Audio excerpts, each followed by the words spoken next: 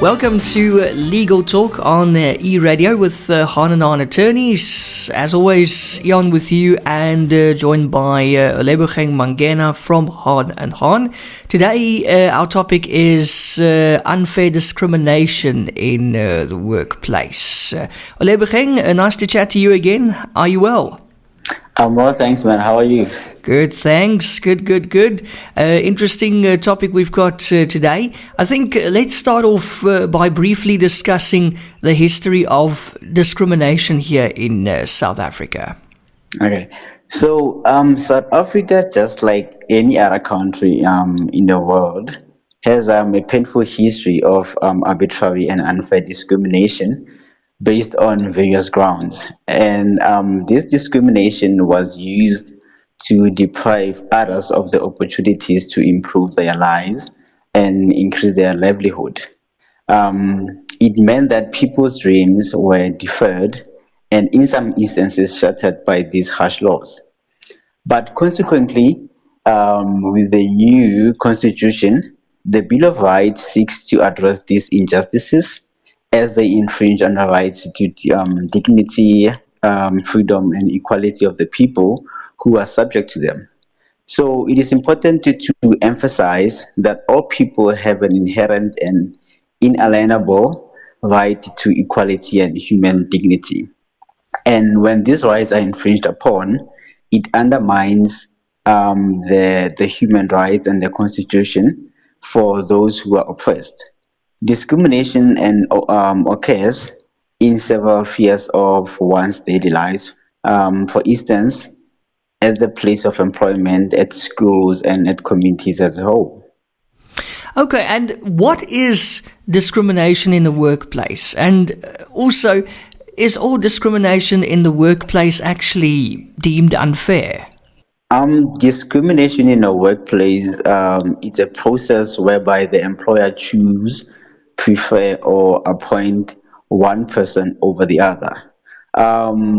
However, discrimination it's not always unfair, even though it might seem like it is. In terms of the Employment Equity Act, it prohibits the unfair discrimination. In other words, certain types of discrimination can in fact be fair. The Act only focuses on unfair discrimination. For example, some positions in a company requires a certain skill set, and some require for more experience than others. Thus, employment opportunities will vary in terms of remuneration, exposure, benefits, responsibilities, and autonomy. Such discrimination cannot be said to be unfair. Another example would be a doctor will need a medical degree in order for him or her to practice, and not any other degree, for example, an engineering degree.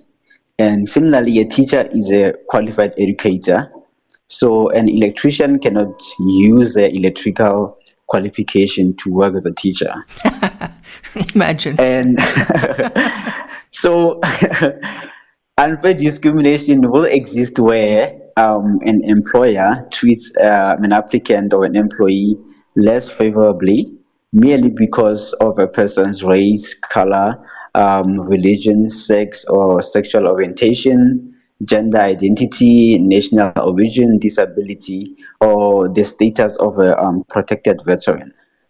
Okay, so what can be considered unfair discrimination?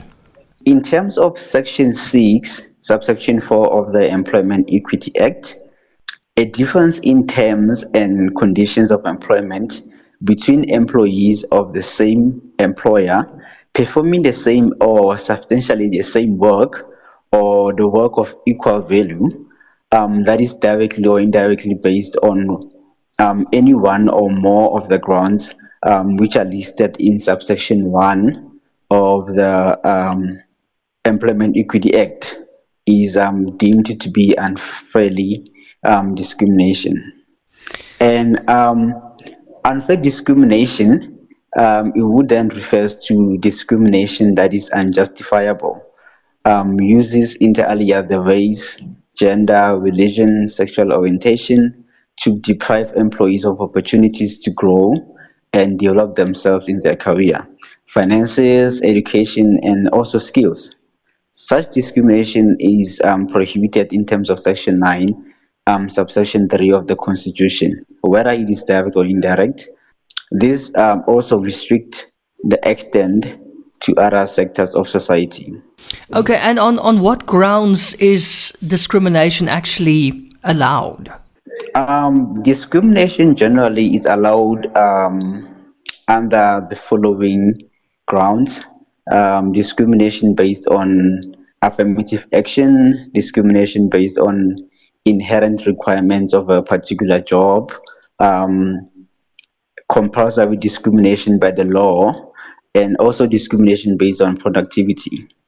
If an employer discriminates based on these reasons, they cannot be held liable for unfair discrimination against an employee who feels like they have been unfairly discriminated. Okay, and what remedies do employees have in instances where they are of the opinion that they are now subject to unfair discrimination? Section 6, subsection 1 of the Employment Equity Act, it lists the grounds of unfair discrimination in the workplace. This extensive list of grounds includes sexual orientation, religion, race of an employee, and employees are not to be deprived of opportunities or made to work under less favorable conditions.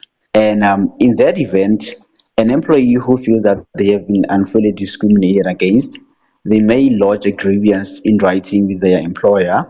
They may also lodge a complaint with their employer if they feel that the employer has contravened the laws.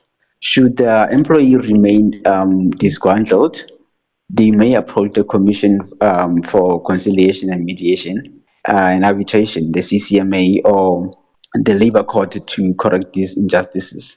So where the CCMA cannot resolve the dispute through conciliation, the matter can either be referred to arbitration if the employee earns less than the amount set by the Minister of Employment and Labour in terms of Section 6, subsection 3 of the Basic Condition of Employment Act. This amount or earnings are gazetted and they are published on 1 March 2023. And they indicate that the annual earnings threshold is 241, 110 rand and 59 cents per annum. So not everybody can refer the matter to the CCMA should they feel like they have been discriminated. Okay, any final thoughts on the topic? So in conclusion of the topic today, I want to state that there may be no unfair discriminations against employees based on religion, race, sexual orientation. There is an important requirement to appoint people who come from previous disadvantaged backgrounds with the aim of redressing the injustice of the past. While it may seem discriminatory, such discrimination is not unfair. Okay. And that's legal talk for this week. Senior candidate attorney Olebogeng Mangena from Hahn & Hahn Attorneys. Thank you so much. Thank you for having me.